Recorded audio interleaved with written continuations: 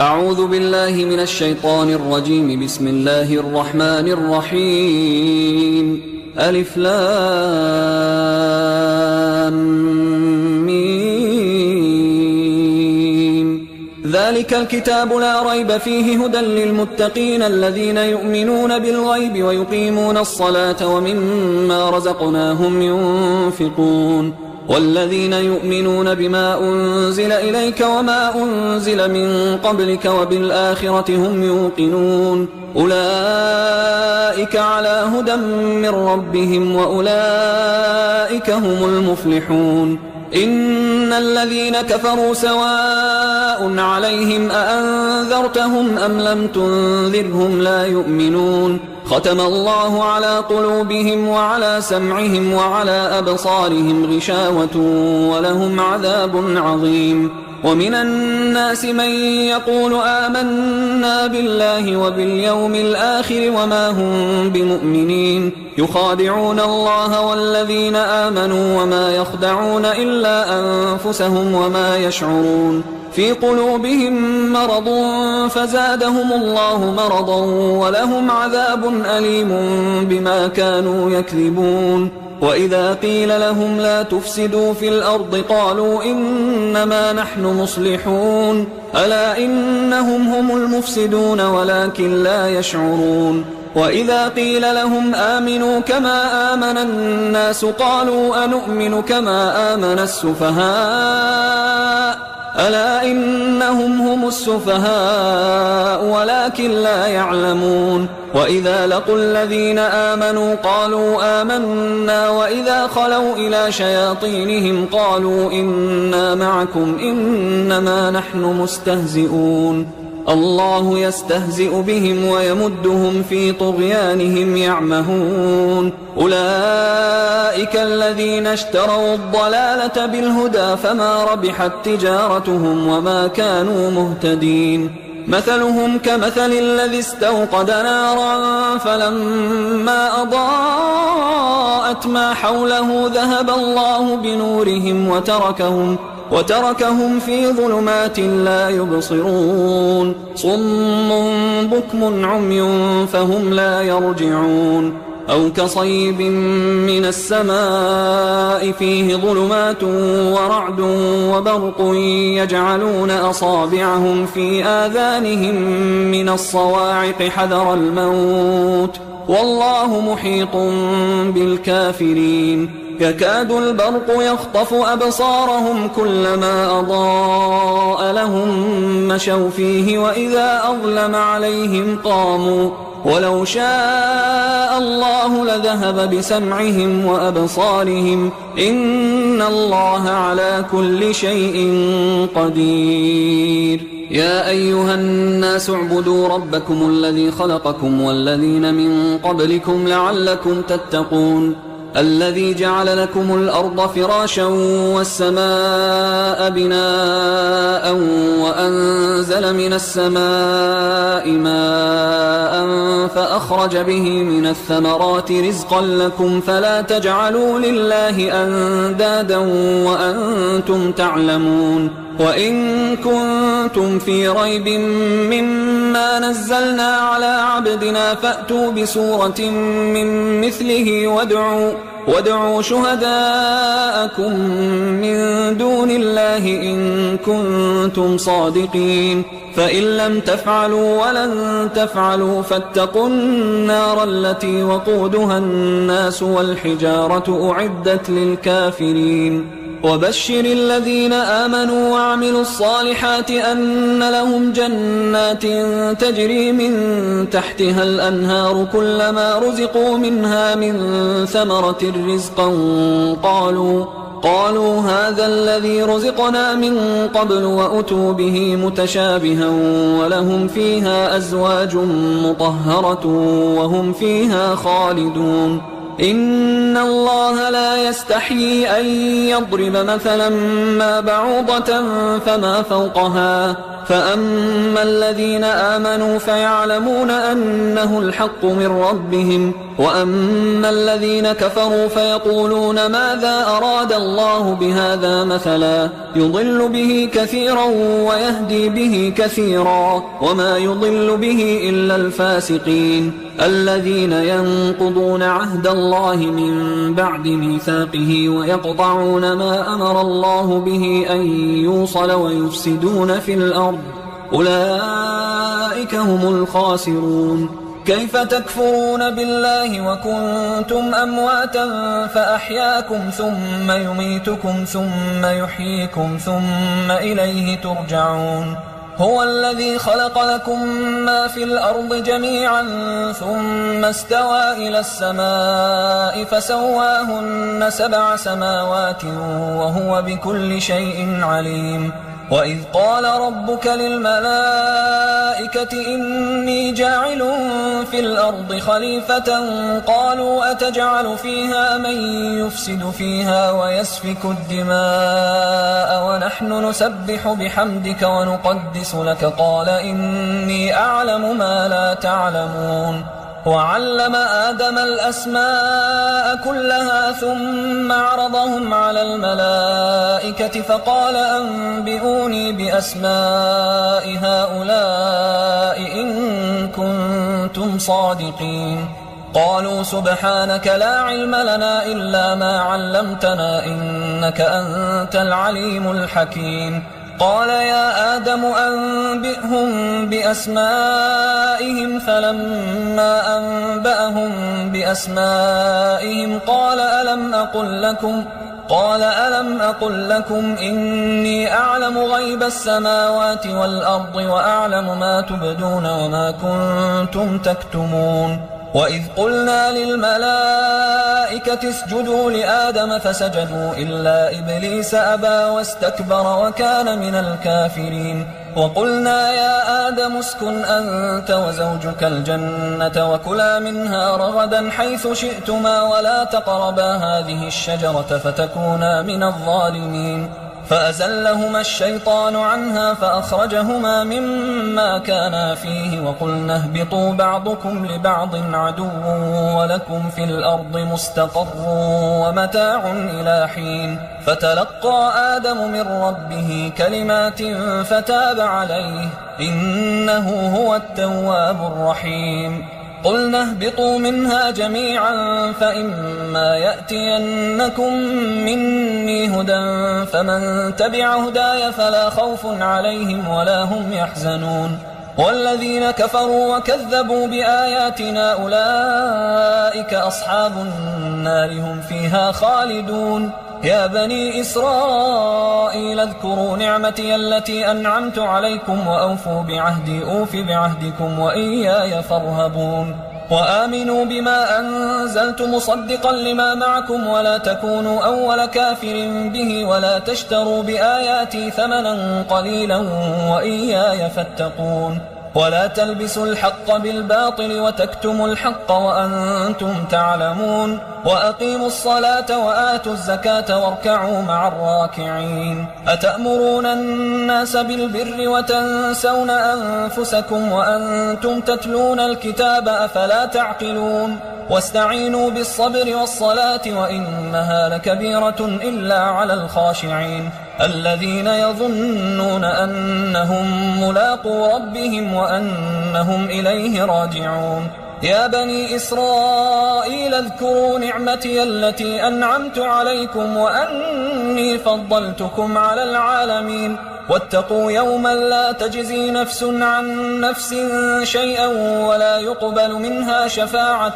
ولا يؤخذ منها عدل ولا هم ينصرون. وإذ نجيناكم من آل فرعون يسومونكم سوء العذاب يذبحون أبناءكم ويستحيون نساءكم وفي ذلكم بلاء من ربكم عظيم. وإذ فرقنا بكم البحر فأنجيناكم وأغرقنا آل فرعون وأنتم تنظرون. وإذ واعدنا موسى 40 ليلة ثم اتخذتم العجل من بعده وأنتم ظالمون. ثم عفونا عنكم من بعد ذلك لعلكم تشكرون وإذ آتينا موسى الكتاب والفرقان لعلكم تهتدون وإذ قال موسى لقومه يا قوم إنكم ظلمتم أنفسكم باتخاذكم العجل فتوبوا إلى بارئكم فاقتلوا أنفسكم ذلكم خير لكم عند بارئكم فتاب عليكم إنه هو التواب الرحيم وإذ قلتم يا موسى لن نؤمن لك حتى نرى الله جهرة فأخذتكم الصاعقة وأنتم تنظرون ثم بعثناكم من بعد موتكم لعلكم تشكرون وظللنا عليكم الغمام وأنزلنا عليكم المن والسلوى كلوا من طيبات ما رزقناكم وما ظلمونا ولكن كانوا أنفسهم يظلمون وإذ قلنا ادخلوا هذه القرية فكلوا منها حيث شئتم رغدا وادخلوا الباب سجدا وقولوا حطة نغفر لكم خطاياكم وسنزيد المحسنين فبدل الذين ظلموا قولا غير الذي قيل لهم فأنزلنا على الذين ظلموا رجزا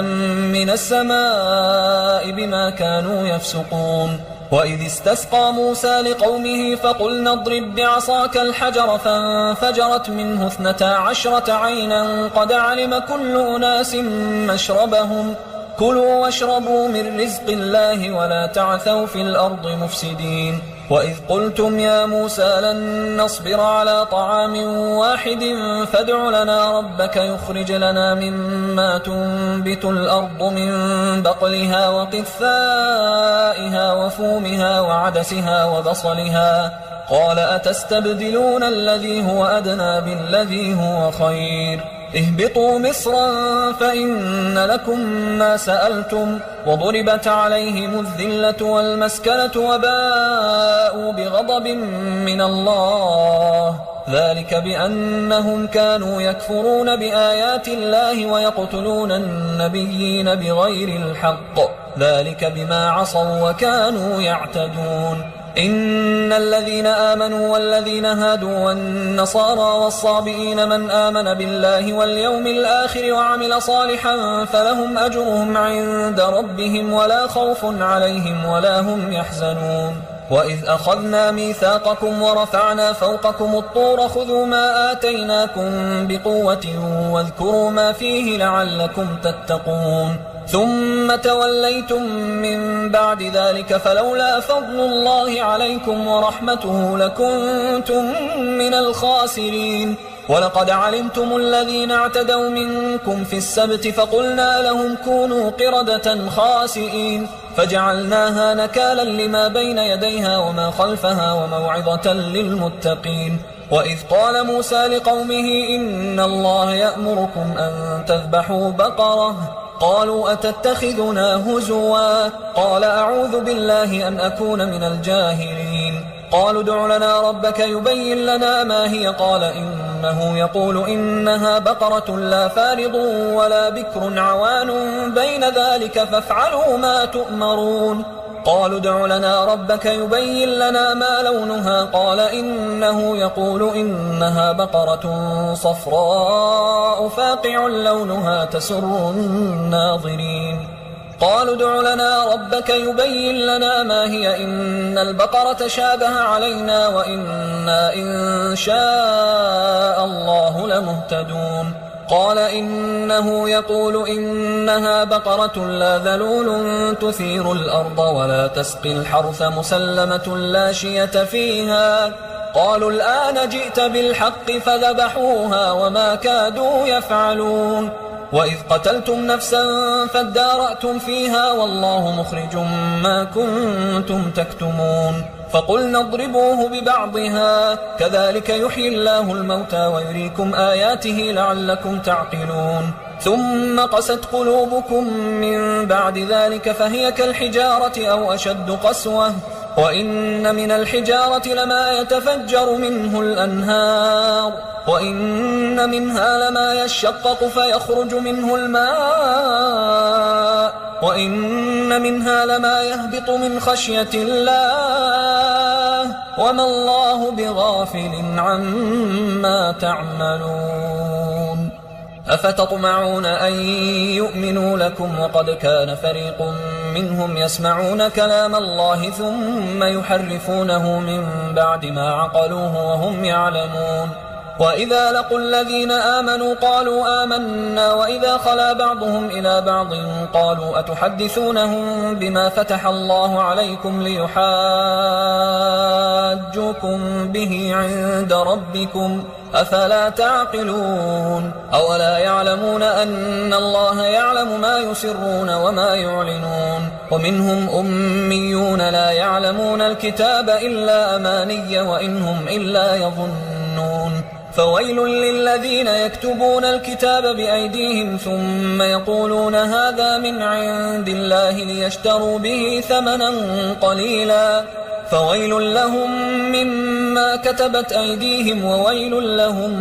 مما يكسبون وقالوا لن تمسنا النار إلا أياما معدودة قل أتخذتم عند الله عهدا فلن يخلف الله عهده أم تقولون على الله ما لا تعلمون بلى من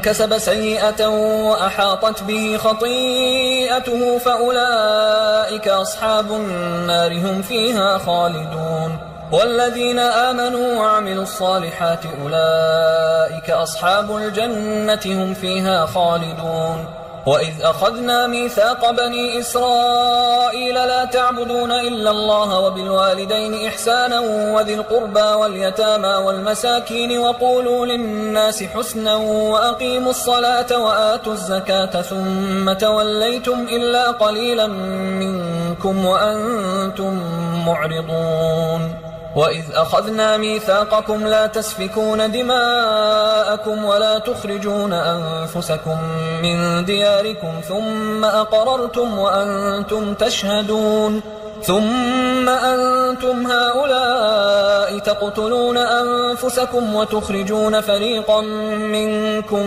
من ديارهم تظاهرون عليهم بالإثم والعدوان وإن يأتوكم أسارى تفادوهم وهو محرم عليكم إخراجهم أفتؤمنون ببعض الكتاب وتكفرون ببعض فما جزاء من يفعل ذلك منكم إلا خزي في الحياة الدنيا ويوم القيامة يردون إلى أشد العذاب وما الله بغافل عما تعملون أولئك الذين اشتروا الحياة الدنيا بالآخرة فلا يخفف عنهم العذاب ولا هم ينصرون ولقد آتينا موسى الكتاب وقفينا من بعده بالرسل وآتينا عيسى ابن مريم البينات وأيدناه بروح القدس أفكلما جاءكم رسول بما لا تهوى أنفسكم استكبرتم ففريقا كذبتم وفريقا تقتلون وقالوا قلوبنا غلف بل لعنهم الله بكفرهم فقليلا ما يؤمنون ولما جاءهم كتاب من عند الله مصدق لما معهم وكانوا من قبل يستفتحون على الذين كفروا فلما جاءهم ما عرفوا كفروا به فلعنة الله على الكافرين بئس ما اشتروا به أنفسهم أن يكفروا بما أنزل الله بغيا أن ينزل الله من فضله على من يشاء من عباده فباءوا بغضب على غضب وللكافرين عذاب مهين وإذا قيل لهم آمنوا بما أنزل الله قالوا نؤمن بما أنزل علينا ويكفرون بما وراءه وهو الحق مصدقا لما معهم قل فلم تقتلون أنبياء الله من قبل إن كنتم مؤمنين ولقد جاءكم موسى بالبينات ثم اتخذتم العجل من بعده وأنتم ظالمون وإذ أخذنا ميثاقكم ورفعنا فوقكم الطور خذوا ما آتيناكم بقوة واسمعوا قالوا سمعنا وعصينا قالوا سمعنا وعصينا وأشربوا في قلوبهم العجل بكفرهم قل بئس ما يأمركم به إيمانكم إن كنتم مؤمنين قل إن كانت لكم الدار الآخرة عند الله خالصة من دون الناس فتمنوا الموت إن كنتم صادقين ولن يتمنوه أبدا بما قدمت أيديهم والله عليم بالظالمين ولتجدنهم أحرص الناس على حياة ومن الذين أشركوا يود أحدهم لو يعمر 1000 سنة وما هو بمزحزحه من العذاب أن يعمر والله بصير بما يعملون قل من كان عدوا لجبريل فإنه نزله على قلبك بإذن الله مصدقا لما بين يديه وهدى وبشرى للمؤمنين من كان عدوا لله وملائكته ورسله وجبريل وميكال فإن الله عدو للكافرين ولقد أنزلنا إليك آيات بينات وما يكفر بها إلا الفاسقون أوكلما عاهدوا عهدا نبذه فريق منهم بل أكثرهم لا يؤمنون ولما جاءهم رسول من عند الله مصدق لما معهم نبذ فريق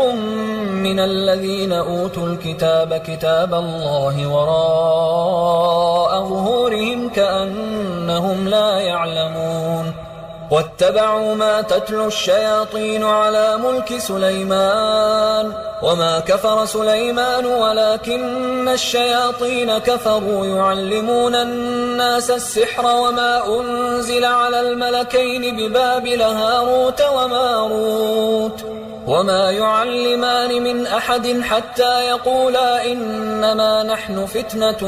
فلا تكفر فيتعلمون منهما ما يفرقون به بين المرء وزوجه وما هم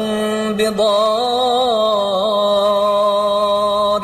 به من أحد إلا بإذن الله ويتعلمون ما يضرهم ولا ينفعهم ولقد علموا لمن اشتراه ما له في الآخرة من خلاق ولبئس ما شروا به أنفسهم لو كانوا يعلمون ولو أنهم آمنوا واتقوا لمثوبة من عند الله خير لو كانوا يعلمون يا أيها الذين آمنوا لا تقولوا راعنا وقولوا انظرنا واسمعوا وللكافرين عذاب أليم ما يود الذين كفروا من أهل الكتاب ولا المشركين أن ينزل عليكم من خير من ربكم والله يختص برحمته من يشاء والله ذو الفضل العظيم ما ننسخ من آية أو ننسها نأت بخير منها أو مثلها ألم تعلم أن الله على كل شيء قدير ألم تعلم أن الله له ملك السماوات والأرض وما لكم من دون الله من ولي ولا نصير أم تريدون أن تسألوا رسولكم كما سئل موسى من قبل ومن يتبدل الكفر بالإيمان فقد ضل سواء السبيل ود كثير من أهل الكتاب لو يردونكم من بعد إيمانكم كفارا حسدا من عند أنفسهم من بعد ما تبين لهم الحق فاعفوا واصفحوا حتى يأتي الله بأمره إن الله على كل شيء قدير وأقيموا الصلاة وآتوا الزكاة وما تقدموا لأنفسكم من خير تجدوه عند الله إن الله بما تعملون بصير وقالوا لن يدخل الجنة إلا من كان هودا أو نصارى تلك أمانيهم قل هاتوا برهانكم إن كنتم صادقين بلى من أسلم وجهه لله وهو محسن فله أجره عند ربه ولا خوف عليهم ولا هم يحزنون وقالت اليهود ليست النصارى على شيء وقالت النصارى ليست اليهود على شيء وهم يتلون الكتاب كذلك قال الذين لا يعلمون مثل قولهم فالله يحكم بينهم يوم القيامة فيما كانوا فيه يختلفون ومن أظلم ممن منع مساجد الله أن يذكر فيها اسمه وسعى في خرابها أولئك ما كان لهم أن يدخلوها إلا خائفين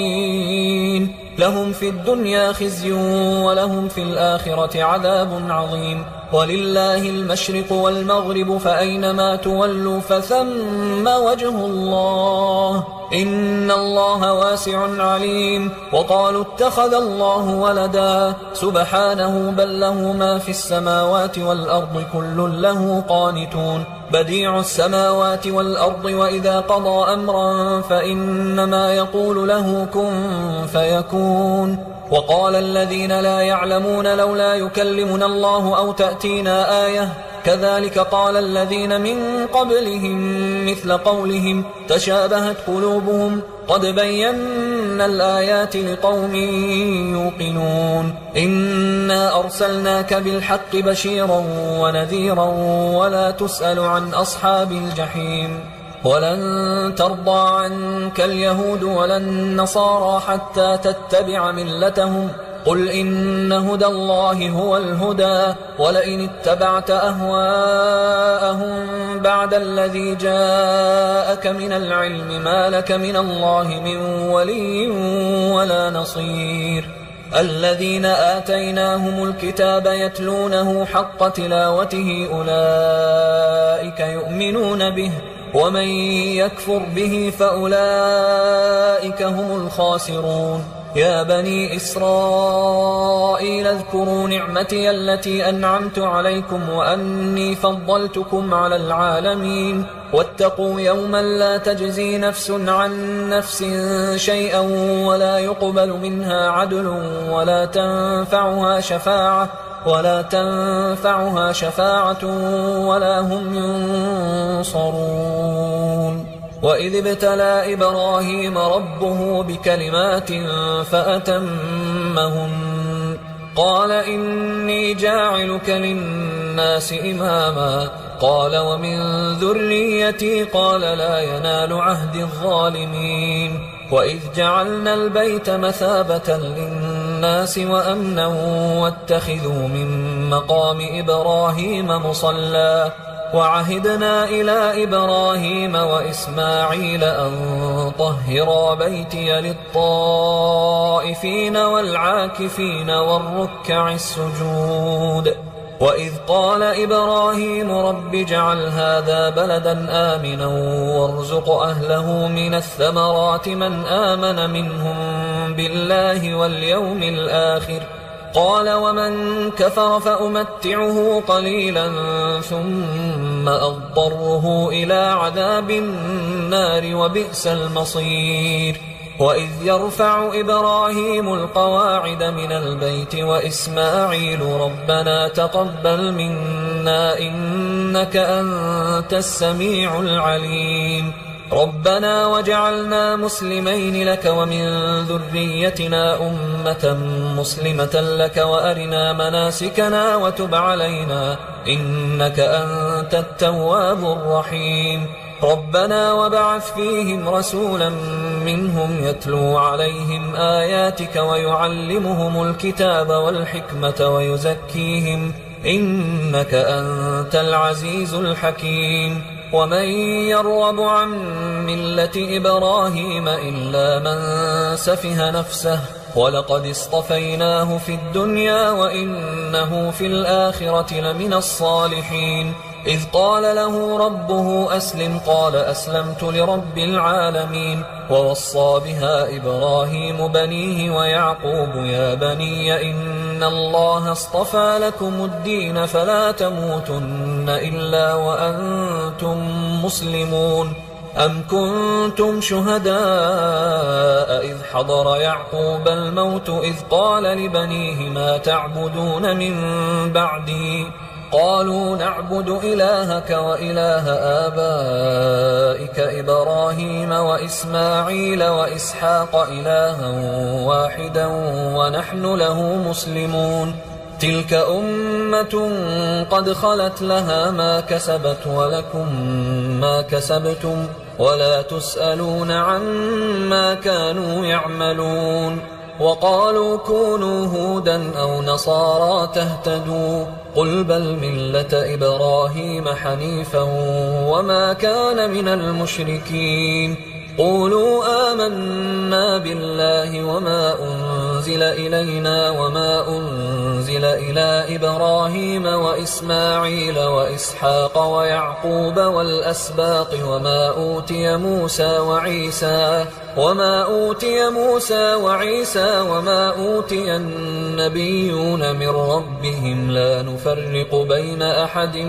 منهم ونحن له مسلمون. فإن آمنوا بمثل ما آمنتم به فقد اهتدوا وإن تولوا فإنما هم في شقاق فسيكفيكهم الله وهو السميع العليم. صبغة الله ومن أحسن من الله صبغة ونحن له عابدون. قل أتحاجوننا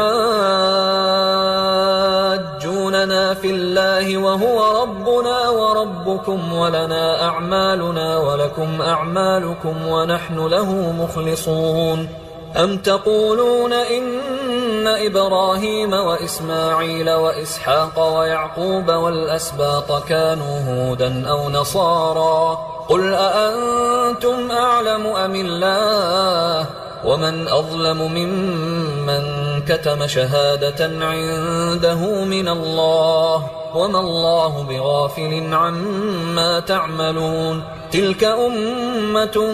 قد خلت لها ما كسبت ولكم ما كسبتم ولا تسألون عما كانوا يعملون. سيقول السفهاء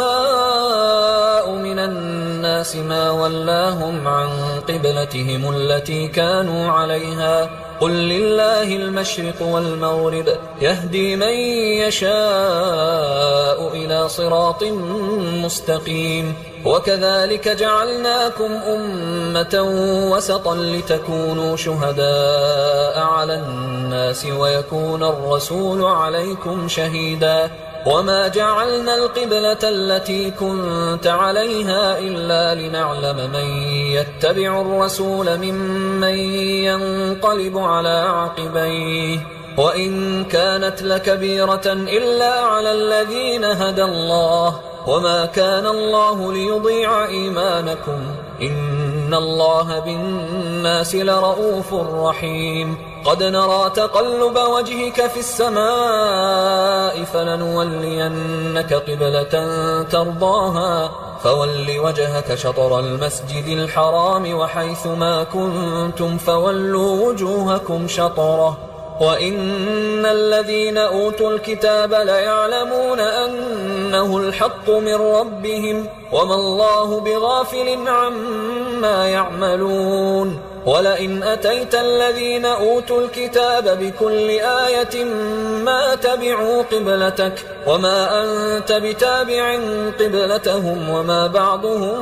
بتابع قبلة بعض ولئن اتبعت أهواءهم من بعد ما جاءك من العلم إنك إذا لمن الظالمين. الذين آتيناهم الكتاب يعرفونه كما يعرفون أبناءهم وإن فريقا منهم ليكتمون الحق وهم يعلمون الحق من ربك فلا تكونن من الممترين ولكل وجهة هو موليها فاستبقوا الخيرات أينما تكونوا يأت بكم الله جميعا إن الله على كل شيء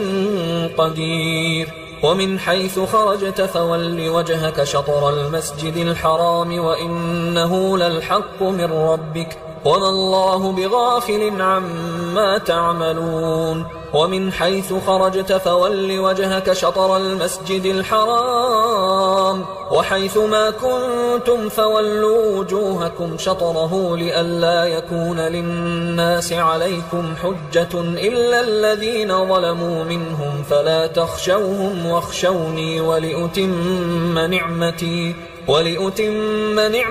عليكم ولعلكم تهتدون كما أرسلنا فيكم رسولا منكم يتلو عليكم آياتنا ويزكيكم ويعلمكم الكتاب والحكمة ويعلمكم ما لم تكونوا تعلمون فاذكروني أذكركم واشكروا لي ولا تكفرون يا أيها الذين آمنوا استعينوا بالصبر والصلاة إن الله مع الصابرين ولا تقولوا لمن يقتل في سبيل الله أموات بل أحياء ولكن لا تشعرون ولنبلونكم بشيء من الخوف والجوع ونقص من الأموال والأنفس والثمرات وبشر الصابرين الذين إذا أصابتهم مصيبة قالوا إنا لله وإنا إليه راجعون أولئك عليهم صلوات من ربهم ورحمة وأولئك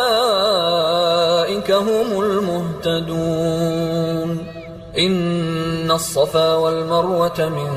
شعائر الله فمن حج البيت أو اعتمر فلا جناح عليه أن يطوف بهما ومن تطوع خيرا فإن الله شاكر عليم إن الذين يكتمون ما أنزلنا من البينات والهدى من بعد ما بيناه للناس في الكتاب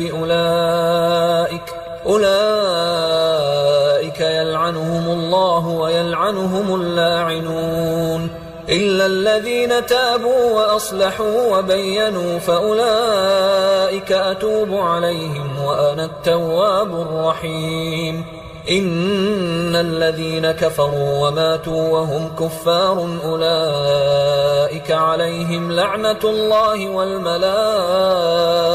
والناس أجمعين خالدين فيها لا يخفف عنهم العذاب ولا هم ينظرون وإلهكم إله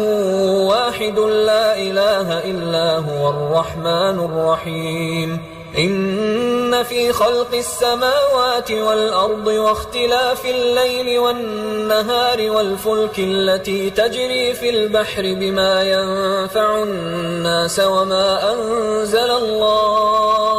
وما أنزل الله من السماء من ماء فأحيا به الأرض بعد موتها وبث فيها من كل دابة وتصريف الرياح والسحاب المسخر بين السماء والأرض لآيات لقوم يعقلون ومن الناس من يتخذ من دون الله أندادا يحبونهم كحب الله والذين آمنوا أشد حبا لله ولو يرى الذين ظلموا إذ يرون العذاب أن القوة لله جميعا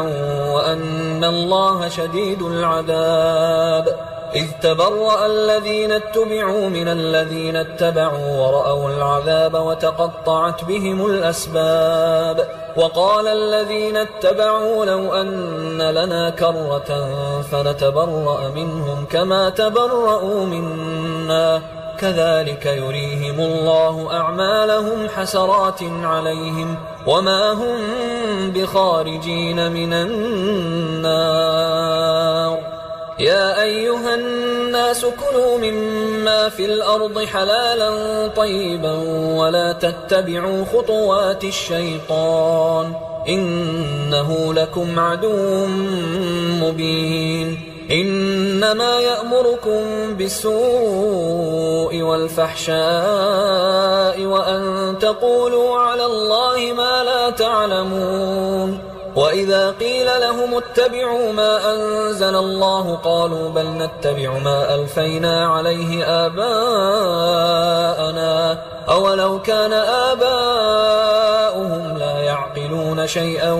ولا يهتدون ومثل الذين كفروا كمثل الذي ينعق بما لا يسمع إلا دعاء ونداء صم بكم عمي فهم لا يعقلون يا أيها الذين آمنوا كلوا من طيبات ما رزقناكم واشكروا لله إن كنتم إياه تعبدون إنما حرم عليكم الميتة والدم ولحم الخنزير وما أهل به لغير الله فمن اضطر غير باغ ولا عاد فلا إثم عليه إن الله غفور رحيم إن الذين يكتمون ما أنزل الله من الكتاب ويشترون به ثمنا قليلا أولئك ما يأكلون في بطونهم إلا النار ولا يكلمهم الله يوم القيامة ولا يزكيهم ولهم عذاب أليم أولئك الذين اشتروا الضلالة بالهدى والعذاب بالمغفرة فما أصبرهم على النار ذلك بأن الله نزل الكتاب بالحق وإن الذين اختلفوا في الكتاب لفي شقاق بعيد ليس البر أن تولوا وجوهكم قبل المشرق والمغرب ولكن البر من آمن بالله واليوم الآخر والملائكة والكتاب والنبيين وآتى المال على حبه ذوي القربى واليتامى والمساكين وابن السبيل والسائلين وفي الرقاب وأقام الصلاة وآتى الزكاة والموفون بعهدهم إذا عاهدوا والصابرين في البأساء والضراء وحين البأس أولئك الذين صدقوا وأولئك هم المتقون يا أيها الذين آمنوا كتب عليكم القصاص في القتلى الحر بالحر والعبد بالعبد والأنثى بالأنثى فمن عفي له من أخيه شيء فاتباع بالمعروف وأداء إليه بإحسان ذلك تخفيف من ربكم ورحمة فمن اعتدى بعد ذلك فله عذاب أليم ولكم في القصاص حياة يا أولي الألباب لعلكم تتقون كتب عليكم إذا حضر أحدكم الموت إن ترك خيرا الوصية للوالدين والأقربين بالمعروف حقا على المتقين فمن بدله بعدما سمعه فإنما إثمه على الذين يبدلونه إن الله سميع عليم فمن خاف من موص جنفا أو إثما فأصلح بينهم فلا إثم عليه إن الله غفور رحيم. يا أيها الذين آمنوا كتب عليكم الصيام كما كتب على الذين من قبلكم لعلكم تتقون أياما معدودات، فمن كان منكم مريضا أو على سفر فعدة من أيام أخر، وعلى الذين يطيقونه فدية طعام مسكين، فمن تطوع خيرا فهو خير له، وأن تصوموا خير لكم إن كنتم تعلمون. شهر رمضان الذي أنزل فيه القرآن هدى للناس وبينات من الهدى والفرقان، فمن شهد منكم الشهر فليصم، ومن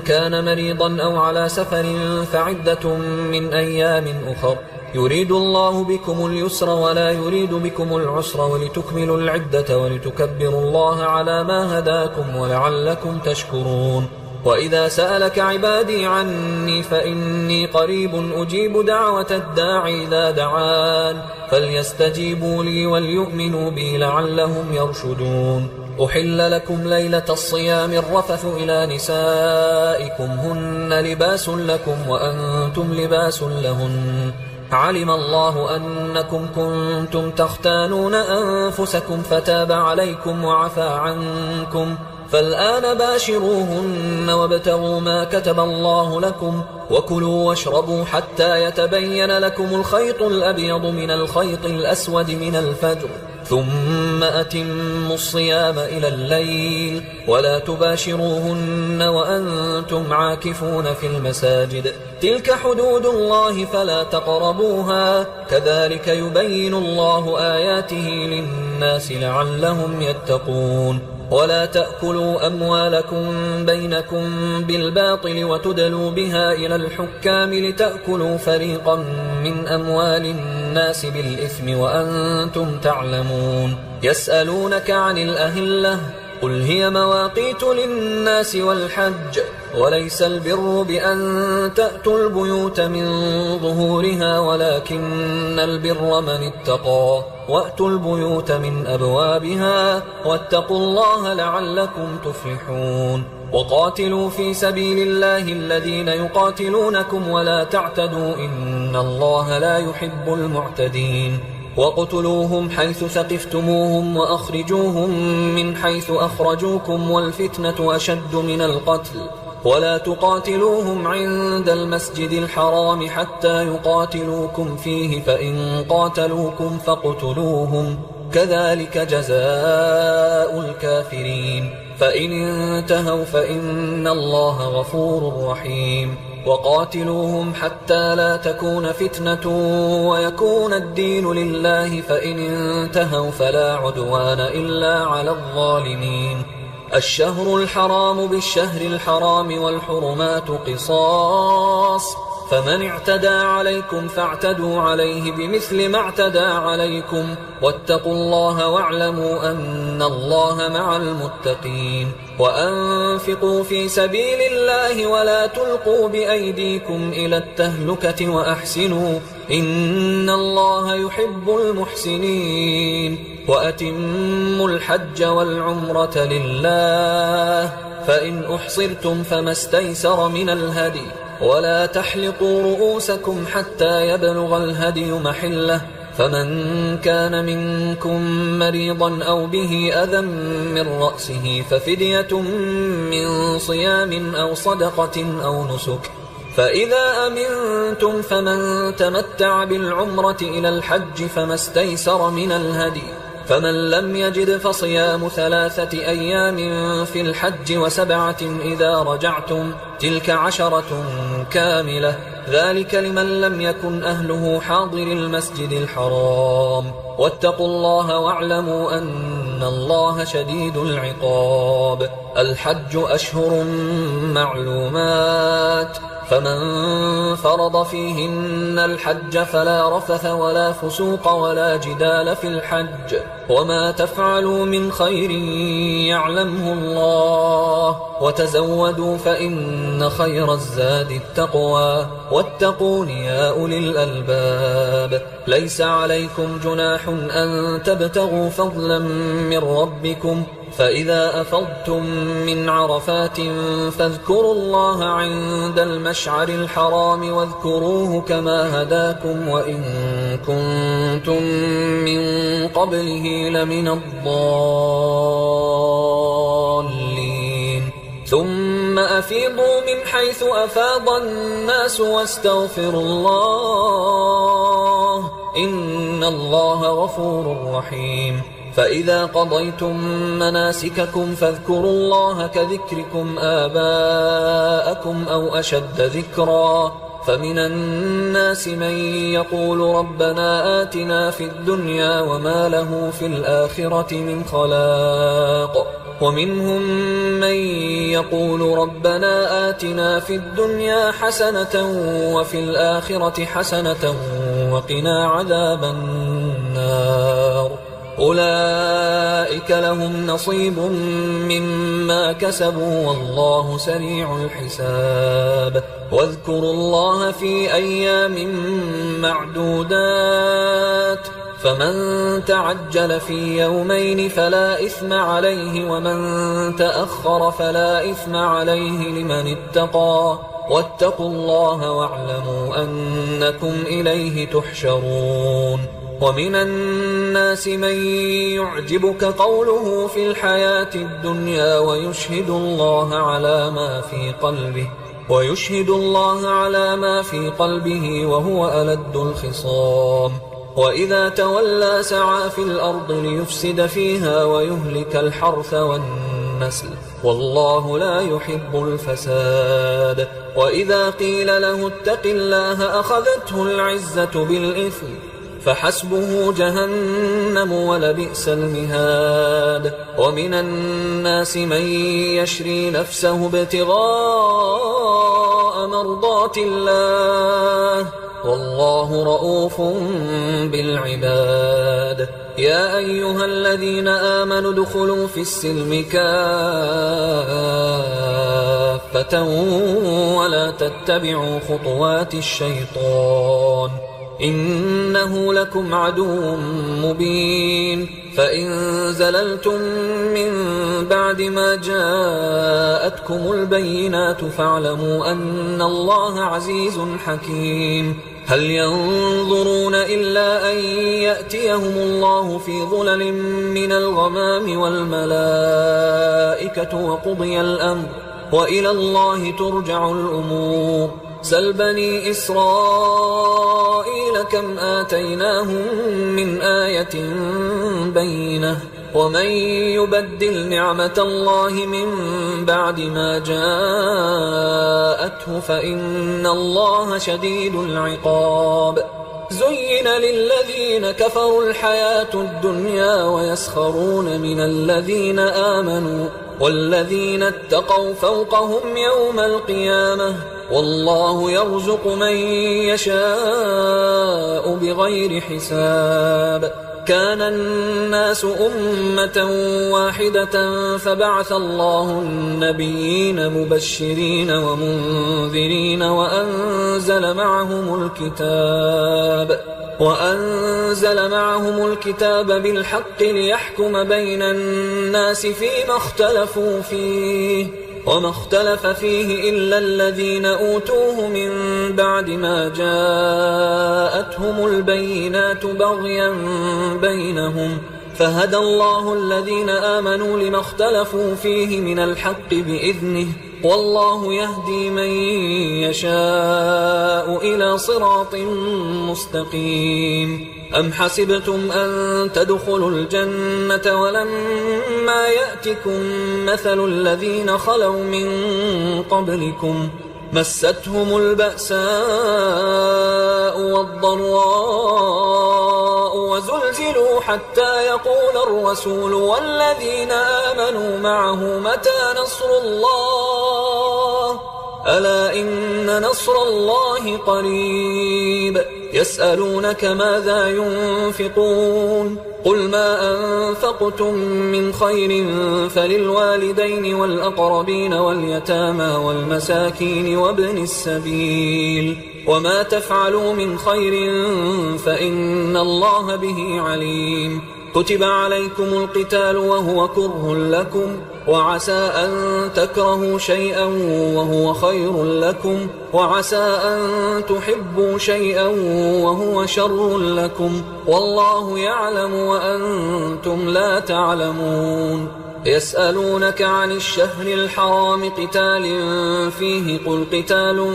فيه كبير وصد عن سبيل الله وكفر به والمسجد الحرام وإخراج أهله منه أكبر عند الله والفتنة أكبر من القتل ولا يزالون يقاتلونكم حتى يردوكم عن دينكم إن استطاعوا ومن يرتدد منكم عن دينه فيمت وهو كافر فأولئك حبطت أعمالهم في الدنيا والآخرة وأولئك أصحاب النار هم فيها خالدون إن الذين آمنوا والذين هاجروا وجاهدوا في سبيل الله أولئك يرجون رحمة الله والله غفور رحيم يسألونك عن الخمر والميسر قل فيهما إثم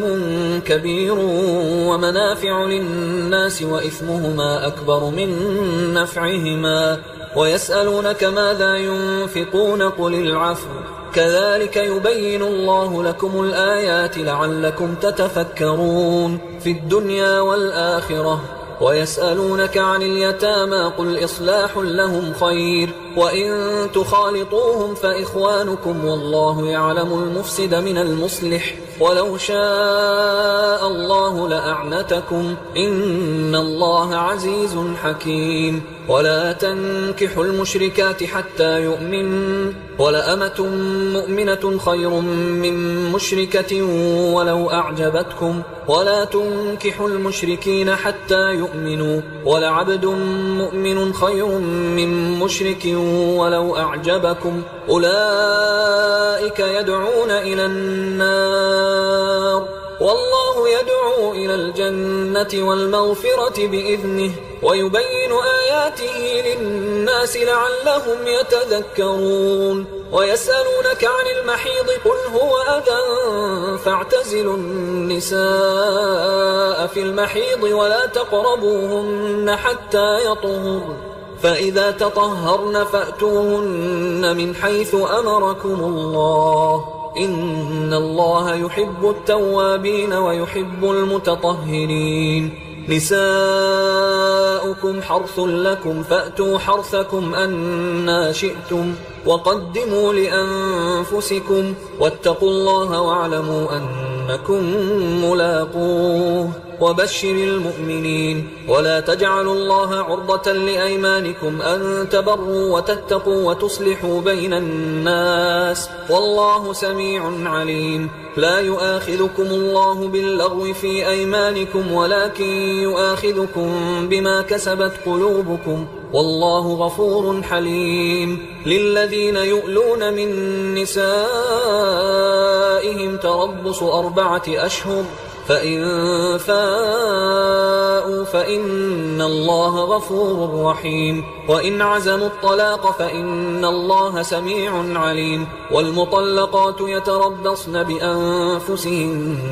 3 قروء ولا يحل لهن أن يكتمن ما خلق الله في أرحامهن إن كن يؤمن بالله واليوم الآخر وبعولتهن أحق بردهن في ذلك إن أرادوا إصلاحا ولهن مثل الذي عليهن بالمعروف وللرجال عليهن درجة والله عزيز حكيم الطلاق 2 فإمساك بمعروف أو تسريح بإحسان ولا يحل لكم أن تأخذوا مما آتيتموهن شيئا إلا أن يخافا ألا يقيما حدود الله فإن خفتم ألا يقيما حدود الله فلا جناح عليهما فيما افتدت به تلك حدود الله فلا تعتدوها ومن يتعد حدود الله فأولئك هم الظالمون فإن طلقها فلا تحل له من بعد حتى تنكح زوجا غيره فإن طلقها فلا جناح عليهما أن يتراجعا إن ظنا أن يقيما حدود الله وتلك حدود الله يبينها لقوم يعلمون وإذا طلقتم النساء فبلغن أجلهن فأمسكوهن بمعروف أو سرحوهن بمعروف ولا تمسكوهن ضرارا لتعتدوا ومن يفعل ذلك فقد ظلم نفسه ولا تتخذوا آيات الله هزوا واذكروا نعمة الله عليكم وما أنزل عليكم من الكتاب والحكمة يعظكم به واتقوا الله واعلموا أن الله بكل شيء عليم وإذا طلقتم النساء فبلغن أجلهن فلا تعضلوهن أن ينكحن أزواجهن إذا تراضوا بينهم بالمعروف ذلك يوعظ به من كان منكم يؤمن بالله واليوم الآخر ذلكم أزكى لكم وأطهر والله يعلم وأنتم لا تعلمون والوالدات يرضعن أولادهن حولين كاملين لمن أراد أن يتم الرضاعة وعلى المولود له رزقهن وكسوتهن بالمعروف لا تكلف نفس إلا وسعها لا تضار والدة بولدها ولا مولود له بولده وعلى الوارث مثل ذلك فإن أرادا فصالا عن تراض منهما وتشاور فلا جناح عليهما وإن أردتم أن تسترضعوا أولادكم فلا جناح عليكم إذا سلمتم ما آتيتم بالمعروف واتقوا الله واعلموا أن الله بما تعملون بصير والذين يتوفون منكم ويذرون أزواجا يتربصن بأنفسهن 4 أشهر وعشرا فإذا بلغن أجلهن فلا جناح عليكم فيما فعلن في أنفسهن بالمعروف والله بما تعملون خبير ولا جناح عليكم فيما عرضتم به من خطبة النساء أو أكننتم في أنفسكم علم الله أنكم ستذكرونهن ولكن لا تواعدوهن سرا إلا أن تقولوا قولا معروفا ولا تعزموا عقدة النكاح حتى يبلغ الكتاب أجله واعلموا أن الله يعلم ما في أنفسكم فاحذروه واعلموا أن الله غفور حليم لا جناح عليكم إن طلقتم النساء ما لم تمسوهن أو تفرضوا لهن فريضة ومتعوهن على الموسع قدره وعلى المقتر قدره متاعا بالمعروف حقا على المحسنين وإن طلقتموهن من قبل أن تمسوهن وقد فرضتم لهن فريضة فنصف ما فرضتم إلا أن يعفون أو يعفو الذي بيده عقدة النكاح وأن تعفوا أقرب للتقوى ولا تنسوا الفضل بينكم إن الله بما تعملون بصير حافظوا على الصلوات والصلاة الوسطى وقوموا لله قانتين فإن خفتم فرجالا أو ركبانا فإذا أمنتم فاذكروا الله كما علمكم ما لم تكونوا تعلمون والذين يتوفون منكم ويذرون أزواجا وصية لأزواجهم متاعا إلى الحول غير إخراج فإن خرجن فلا جناح عليكم فيما فعلن في أنفسهن من معروف والله عزيز حكيم وللمطلقات متاع بالمعروف حقا على المتقين كذلك يبين الله لكم آياته لعلكم تعقلون ألم تر إلى الذين الذين خرجوا من ديارهم وهم ألوف حذر الموت فقال لهم الله موتوا ثم أحياهم إن الله لذو فضل على الناس ولكن أكثر الناس لا يشكرون وقاتلوا في سبيل الله واعلموا أن الله سميع عليم من ذا الذي يقرض الله قرضا حسنا فيضاعفه له أضعافا كثيرة والله يقبض ويبسط وإليه ترجعون ألم تر إلى الملأ من بني إسرائيل من بعد موسى إذ قالوا لنبي له مبعث لنا ملكا نقاتل في سبيل الله قال هل عسيتم إن كتب عليكم القتال ألا تقاتلوا قالوا وما لنا ألا نقاتل في سبيل الله وقد أخرجنا من ديارنا وأبنائنا فلما كتب عليهم القتال تولوا إلا قليلا منهم والله عليم بالظالمين وقال لهم نبيهم إن الله قد بعث لكم طالوت ملكا قالوا أنى يكون له الملك علينا ونحن أحق بالملك منه ولم يؤت سعة من المال قال إن الله اصطفاه عليكم وزاده بسطة في العلم والجسم والله يؤتي ملكه من يشاء والله واسع عليم وقال لهم نبيهم إن آية ملكه أن يأتيكم التابوت فيه سكينة من ربكم وبقية مما ترك آل موسى وآل هارون تحمله الملائكة إن في ذلك لآية لكم إن كنتم مؤمنين فلما فصل طالوت بالجنود قال إن الله مبتليكم بنهر فمن شرب منه فليس مني ومن لم يطعمه فإنه مني إلا من اغترف غرفة بيده فشربوا منه إلا قليلا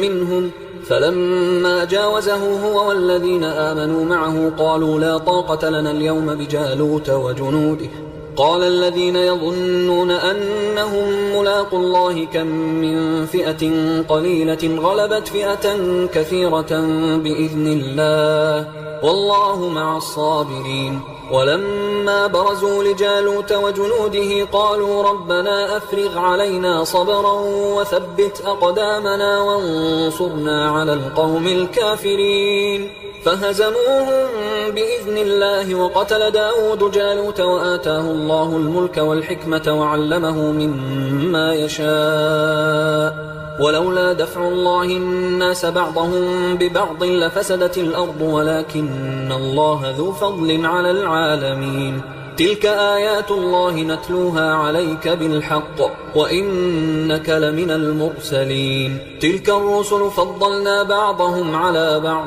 منهم من كلم الله ورفع بعضهم درجات وآتينا عيسى ابن مريم البينات وأيدناه بروح القدس ولو شاء الله ما اقتتل الذين من بعدهم من بعد ما جاءتهم البينات ولكن اختلفوا فمنهم من آمن ومنهم من كفر ولو شاء الله ما اقتتلوا ولكن الله يفعل ما يريد يا أيها الذين آمنوا أنفقوا مما رزقناكم من قبل أن يأتي يوم لا بيع فيه ولا خلة ولا شفاعة والكافرون هم الظالمون الله لا إله إلا هو الحي القيوم لا تأخذه سنة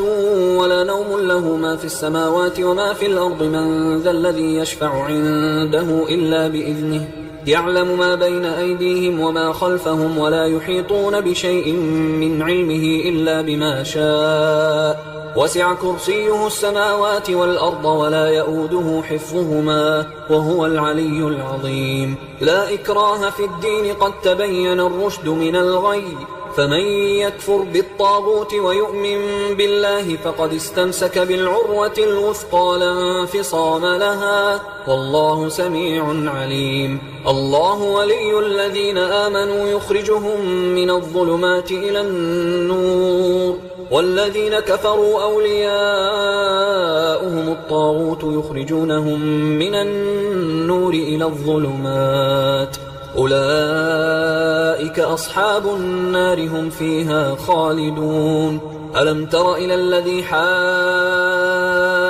إبراهيم في ربه أن آتاه الله الملك إذ قال إبراهيم ربي الذي يحيي ويميت قال أنا أحيي وأميت قال إبراهيم فإن الله يأتي بالشمس من المشرق فأت بها من المغرب فبهت الذي كفر والله لا يهدي القوم الظالمين أو كالذي مر على قرية وهي خاوية على عروشها قال أنى يحيي هذه الله بعد موتها فأماته الله 100 عام ثم بعثه قال كم لبثت قال لبثت يوما أو بعض يوم قال بل لبثت 100 عام فانظر إلى طعامك وشرابك لم يتسنه وانظر إلى حمارك ولنجعلك آية للناس وانظر إلى العظام كيف ننشزها ثم نكسوها لحما فلما تبين له قال أعلم أن الله على كل شيء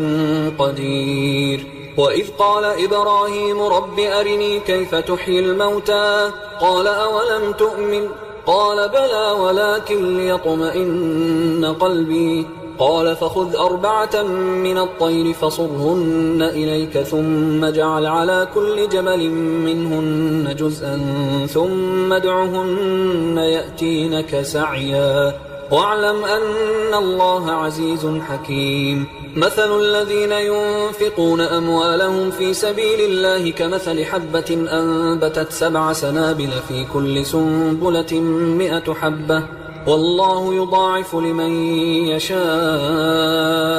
والله واسع عليم الذين ينفقون أموالهم في سبيل الله ثم لا يتبعون ما أنفقوا منا ولا أذى لهم أجرهم عند ربهم ولا خوف عليهم ولا هم يحزنون قول معروف ومغفرة خير من صدقة يتبعها أذى والله غني حليم يا أيها الذين آمنوا لا تبطلوا صدقاتكم بالمن والأذى كالذي ينفق ماله رئاء الناس ولا يؤمن بالله واليوم الآخر فمثله كمثل صفوان عليه تراب فأصابه وابل فتركه صلدا لا يقدرون على شيء مما كسبوا والله لا يهدي القوم الكافرين ومثل الذين ينفقون أموالهم ابتغاء مرضات الله وتثبيتا من أنفسهم كمثل جنة بربوة أصابها وابل فآتت أكلها ضعفين فإن لم يصبها وابل فطل والله بما تعملون بصير أيود أحدكم أن تكون له جنة من نخيل وأعناب تجري من تحتها الأنهار له فيها من كل الثمرات وأصابه الكبر وله ذرية ضعفاء فأصابها إعصار فيه نار فاحترقت كذلك يبين الله لكم الآيات لعلكم تتفكرون يا أيها الذين آمنوا أنفقوا من طيبات ما كسبتم ومما أخرجنا لكم من الأرض ولا تيمموا الخبيث منه تنفقون ولستم بآخذيه إلا أن تغمضوا فيه واعلموا أن الله غني حميد الشيطان يعدكم الفقر ويأمركم بالفحشاء والله يعدكم مغفرة منه وفضلا والله واسع عليم يؤتي الحكمة من يشاء ومن يؤت الحكمة فقد أوتي خيرا كثيرا وما يذكر إلا أولو الألباب وما أنفقتم من نفقة أو نذرتم من نذر فإن الله يعلمه وما للظالمين من أنصار إن تبدوا الصدقات فنعما هي وإن تخفوها وتؤتوها الفقراء فهو خير لكم ويكفر عنكم من سيئاتكم والله بما تعملون خبير ليس عليك هداهم ولكن الله يهدي من يشاء وما تنفقوا من خير فلأنفسكم وما تنفقون إلا ابتغاء وجه الله وما تنفقوا من خير يوفى إليكم وأنتم لا تظلمون للفقراء الذين أحصروا في سبيل الله لا يستطيعون ضربا في الأرض يحسبهم الجاهل أغنياء من التعفف تعرفهم بسيماهم لا يسألون الناس إلحافا وما تنفقوا من خير فإن الله به عليم الذين ينفقون أموالهم بالليل والنهار سرا وعلانية فلهم أجرهم عند ربهم ولا خوف عليهم ولا هم يحزنون الذين يأكلون الربا لا يقومون إلا كما يقوم الذي يتخبطه الشيطان من المس ذلك بأنهم قالوا إنما البيع مثل الربا وأحل الله البيع وحرم الربا فمن جاءه موعظة من ربه فانتهى فله ما سلف وأمره إلى الله ومن عاد فأولئك أصحاب النار هم فيها خالدون يمحق الله الربا ويربي الصدقات والله لا يحب كل كفار أثيم إن الذين آمنوا وعملوا الصالحات وأقاموا الصلاة وآتوا الزكاة لهم أجرهم عند ربهم ولا خوف عليهم ولا هم يحزنون يا أيها الذين آمنوا اتقوا الله وذروا ما بقي من الربا إن كنتم مؤمنين فإن لم تفعلوا فأذنوا بحرب من الله ورسوله وإن تبتم فلكم رؤوس أموالكم لا تظلمون ولا تظلمون وإن كان ذو عسرة فنظرة إلى ميسرة وأن تصدقوا خير لكم إن كنتم تعلمون واتقوا يوما ترجعون فيه إلى الله ثم توفى كل نفس ما كسبت وهم لا يظلمون يا أيها الذين آمنوا إذا تداينتم بدين إلى أجل مسمى فاكتبوه وليكتب بينكم كاتب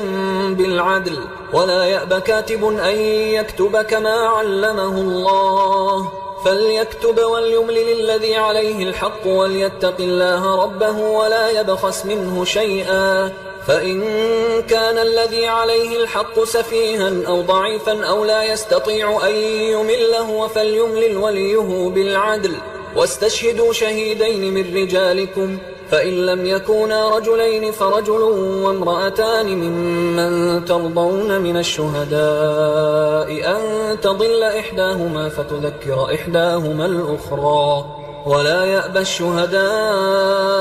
إذا ما دعوا ولا تسأموا أن تكتبوه صغيرا أو كبيرا إلى أجله ذلكم أقسط عند الله وأقوم للشهادة وأدنى أن لا ترتابوا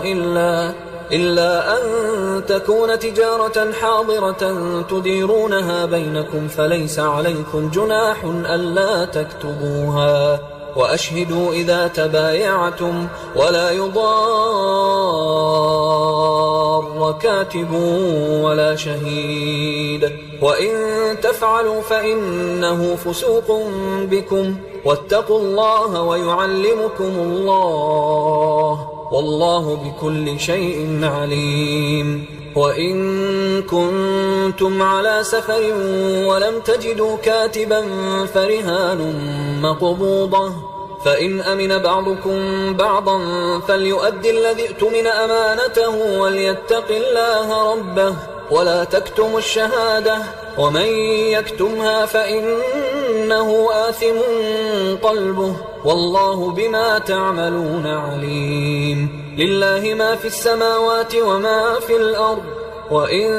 تبدوا ما في أنفسكم أو تخفوه يحاسبكم به الله فيغفر لمن يشاء ويعذب من يشاء والله على كل شيء قدير آمن الرسول بما أنزل إليه من ربه والمؤمنون كل آمن بالله وملائكته وكتبه ورسله لا نفرق بين أحد من رسله وقالوا سمعنا وأطعنا غفرانك ربنا وإليك المصير لا يكلف الله نفسا إلا وسعها لها ما كسبت وعليها ما اكتسبت ربنا لا تؤاخذنا إن نسينا أو أخطأنا ربنا ولا تحمل علينا إصرا كما حملته على الذين من قبلنا ربنا ولا تحملنا ما لا طاقة لنا به واعف عنا واغفر لنا وارحمنا أنت مولانا فانصرنا على القوم الكافرين.